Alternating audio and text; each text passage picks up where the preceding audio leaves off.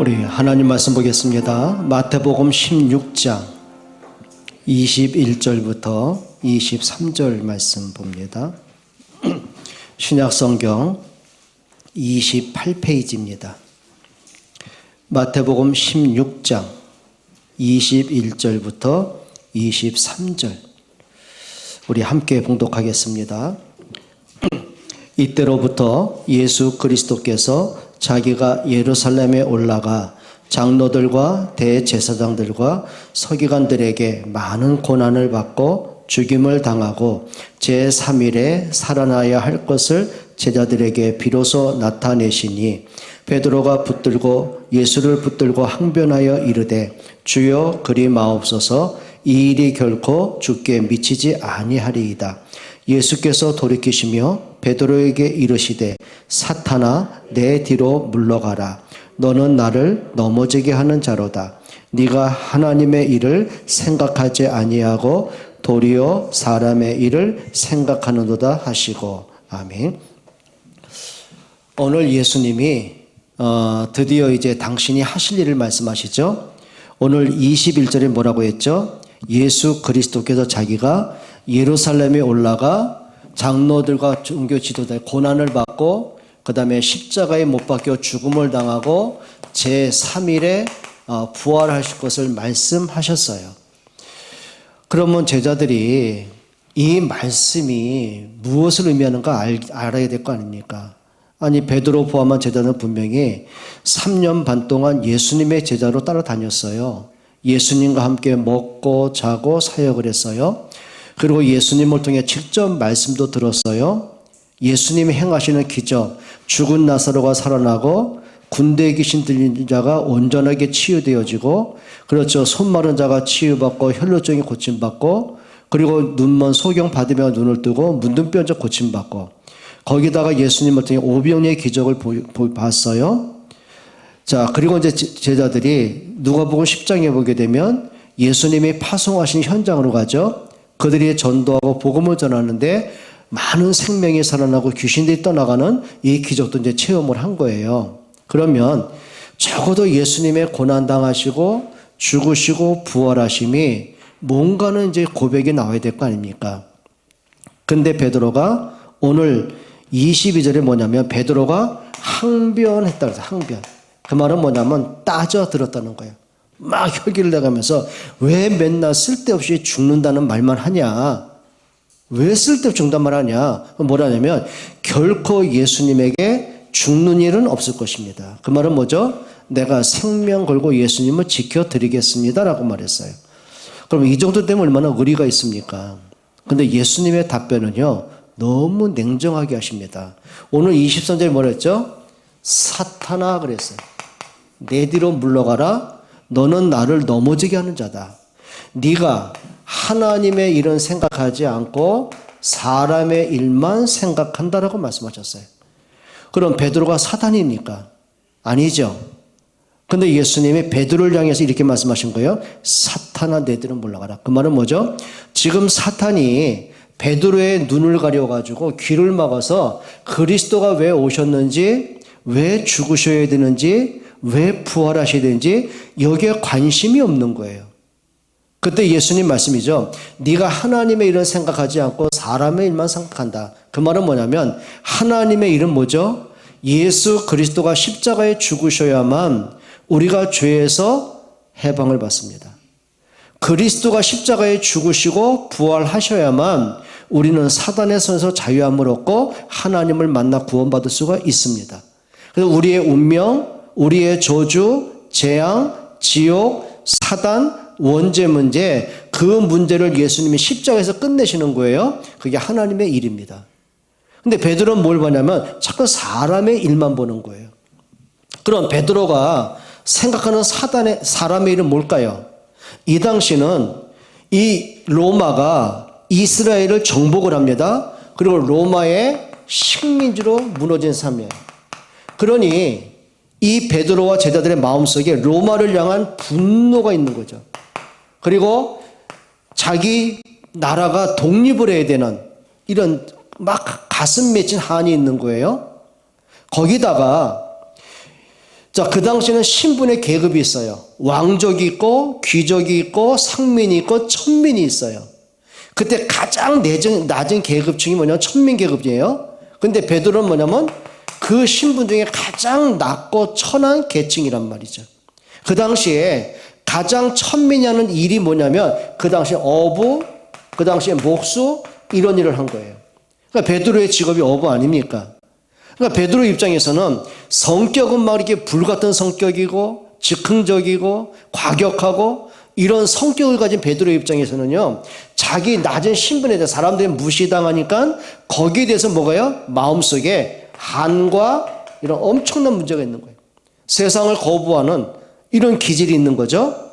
거기다가 또 삶은 녹록지가 않아요. 너무 가난한 거예요. 그러니까 바다에 가서 물고기 잡으면 그냥 그 양식 바꿔서 입에 풀칠이라는 정도지.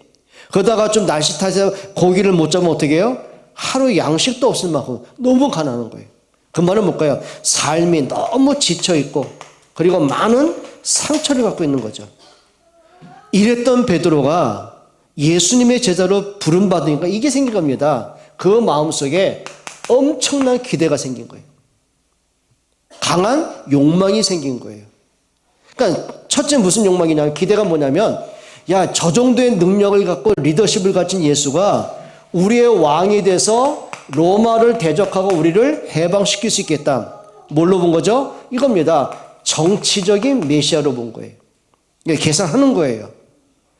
요한복음 6장에 보게 되면은 예수님이 오병이의 기적을 행하시죠? 그때 많은 무리가 이제 계산한 겁니다.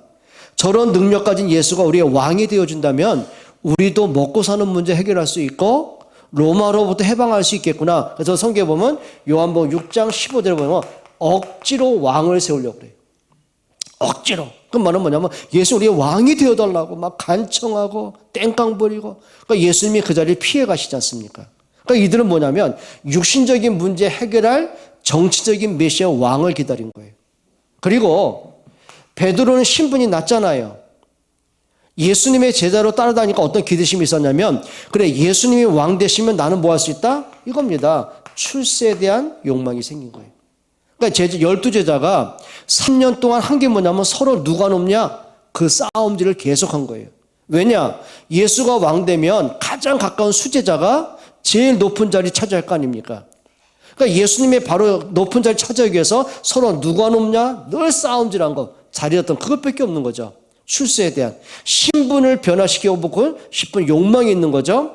그리고 이겁니다. 입에 풀지도 못한 가난한 이 한과 상처가 뭐예요? 문제 해결이죠. 내 문제 해결. 그 말은 뭐냐면 내 한풀이 할 예수, 내가 고민하는 거 해결해 줄 예수, 나를 만족시켜 줄 예수. 그렇잖아요. 예수님을 통해 떡을 배불리 먹었으니 얼마나 만족해요. 배고픈 문제 해결됐는데요. 그러다 보니 그리스도가 안 보이고 사람의 일만 자꾸 보이는 거예요. 그런데 예수님 말씀은 인자가 잡혀서 고난당하고 죽는다고 그러고 십자가에 못 박혀 죽은 지 3일 만에 부활한다고 하니 베드로하고 너무 안 맞는 거죠. 베드로의 기대하고 너무 안 맞는 거죠. 그러니까 어떻게 돼요? 항변하는 거예요. 왜 맨날 죽는다는 얘기 하냐. 예수님은 결코 죽는 일 없을 것이다. 근데 예수님 그 말이에요. 네가 하나님의 일은 생각하지 않고 네 만족, 네 육신의 일만 생각하냐. 여러분 우리가 이럴 때 참 많죠. 복음이라고 하는데 어떤 때 복음보다는 내가 더 중요할 때가 많지 않습니까? 예수는 그리스도 모든 문제 해결했다고 믿어지는데 내 문제는 해결이 안 된 것처럼 자꾸 불신앙하고 넘어지고 낙심할 때가 너무 많지 않습니까? 우리가 그래요. 복음이라고 그러고 전도 세계복음 랩넌트라고 말하지만 사실 그게 아니죠. 어떤 경우는 내중심적이죠.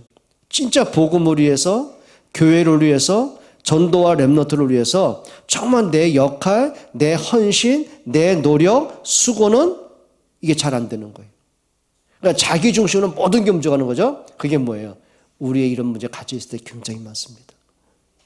자, 이랬던 제자들이 결국 어떻게 돼요? 자기의 생각에 딱 잡히니까 예수가 십자가에 못 박혀 죽게 되니 이들이 어떻게 돼요? 두려운 거죠. 예수를 잡아 죽인 사람이 나도 죽일 거 아닙니까? 근데 도망치기 시작하는 거예요. 그러니까 베드로는 살기 위해서는 예수님을 부인해야 됐고 예수님을 저주하면서까지도 자기는 살아야 되는 거예요. 도마는 예수님의 부활을 듣고도 절대 안 믿는 거죠. 어떻게 죽은 자가 살아나겠냐? 너의 말대로 예수가 정말 부활한 게 맞다면 그 못자국 난 손바닥에 창자국 난 그 옆구리에 손가락 넣어보고 있으면 믿을게. 절대 안 믿는 거죠. 그리고 가룟 유다는 더 이상 자기 만족이 안 채워지니까 어떻게 해요? 예수를 팔아서라도 돈을 챙겨야 됐고요. 이게 제자들의 영적 상태였습니다. 어떤 면에서는 우리의 상태와도 비슷한 게 많죠. 그런데 이랬던 제자들이 결국은 변화가 돼요. 전환점을 받게 됩니다. 그 기준이 뭔지 아십니까? 그들의 모든 오해가 바뀌기 시작합니다. 어떤 오해일까요? 예수님은 십자가의 죽음으로 끝이라고 생각했어요. 왜냐하면 그게 인간 살이니까요. 죽은 사람이 어떻게 능력을 행합니까? 그러니까 인간은 죽으면 끝이라고 생각했거든요. 아니죠. 그들이 결국 예수님의 십자가의 죽음이 우리에게는 생명이고 우리에게는 구원이 되고 모든 문제가 해결된 사실을 보는 거예요. 비로소 요한복음 19장 30절에 예수님이 다 이루었다. 이 말이 기억나는 거예요. 다 이루었다. 내가 해결할 수 없는 창세기 3장 문제 그리스도가 십자가에서 다 끝냈다. 나는 벗어날 수 없는 운명, 팔자, 저주, 재앙에서 나는 완전히 해방받았다. 내가 사단의 손에서 빠져나올 길이 없는데 그리스도가 십자가에 죽으심은 나를 사단에게서 자유케 하셨어요. 하나님의 자녀가 되게 하셨어요. 그게 오해가 바뀌는 거예요. 복음이 비로소 깨달아지는 거예요. 그리고 그들이 모든 종교가 아니라 이제 복음으로 바뀌기 시작하는 거죠. 여러분, 종교는 뭡니까? 사람이 신을 찾아가는 거예요. 복음은 뭐예요? 하나님이 인간을 찾아오신 거예요. 종교는 뭐예요? 내 선행과 내 열심과 내 노력으로 운명을 해결해야 돼요. 근데 그 누가 선행으로 죄 문제 해결할 수 있겠습니까? 그 누가 능력이 아무리 뛰어나고 성공을 한든 사단의 손에서 빠져나올 길이 있겠습니까? 없잖아요. 근데 복음은 뭐예요? 그리스도가 십자가에 죽으시고 부활하시고 내게 생명을 주셨어요. 은혜로 구원받는 거예요. 그러니까 우리가 참 안타까운 게 뭐냐면 대다수의 많은 사람이 나는 복음이라고 했는데 종교로 무너진 사람이 굉장히 많습니다. 그러니까 종교에는 뭐가 보일까요? 그리스도가 안 보이고요. 그러니까 베드로도 주는 그리스도로 고백했잖아요. 근데 뭐가 보여요? 이게 보이는 거예요. 내가 원한 것, 내가 보고 싶은 것, 내가 듣고 싶은 것, 내가 기대한 것, 그것만 보는 거예요. 근데 어느 날 뭔가 나에게 손해가 올 것 같은 거 어떻게 해요? 예수를 부정하면서까지 나는 살아야 되는 거죠. 이렇게 되는 거예요. 마치 애굽에서 노예로 살던 사람이 이제 유월절 양에 피 바르고 나오지요. 근데 홍해 앞에 딱 서는 순간 나를 구원하신 하나님이 안 보여요. 하나님의 말씀이 안 들려요. 뭐만 보여요? 문제만 보이는 거예요. 그러다 보니 모세를 보는 순간 너 때문에 우리가 죽게 돼서 또 이렇게 되는 거예요. 불평합니다. 그게 종교인의 많은 모습들이에요. 그럼 복음 가졌다고 불평 안 합니까? 그걸 얘기하는 게 아니죠. 뭐가 보입니까? 그리스도가 보여야 되는데 믿음의 주여 온전케 하는 그리스도가 보여야 되는데 자꾸 뭐가 보여? 낙심할 거, 사람이 보이고 현실이 보이고 문제가 보이고 자꾸 보여요. 그러다 보니 자꾸 복음과 관계없는 생각하고 또 불신앙하고 넘어지고 이게 우리의 모습일 때가 많죠. 그때 제자들이요. 그 종교의 틀이 벗어지고 진짜 예수는 그리스도. 성경대로 오신 그리스도. 성경대로 죽으신 그리스도. 성경대로 3일 만에 부활하신 그리스도. 그 그리스도가 보이는 순간 이들의 생각과 기대가 바뀌어요. 그러면서 이들이요. 그때부터 뭐가 보이는지 아세요? 비로소 현장이 보이기 시작하는 거예요. 사도행전 3장에 보니까 날 때부터 앉은 뱅이 이 사람이 보여요. 옛날에 종교의 눈으로 볼 때는 그냥 구제 대상이었어요. 동전이 있으면 하나 던져주고 그냥 위로받고 내 할 일 다 한 것처럼 착각하고 그런데 웬일입니까? 정말 예수가 그리스도라는 언약을 붙잡고 보니까 이 사람이 은과 금으로는 운명을 못 바꾸는 게 보여진 거예요. 그래서 베드로가 뭐라고 하죠? 내게 은과 금이 없다. 그러나 내게 있는 건 너에게 준다. 나사렛 예수 그리스도 이름으로 걸으라. 현장을 살리는 응답이 옵니다.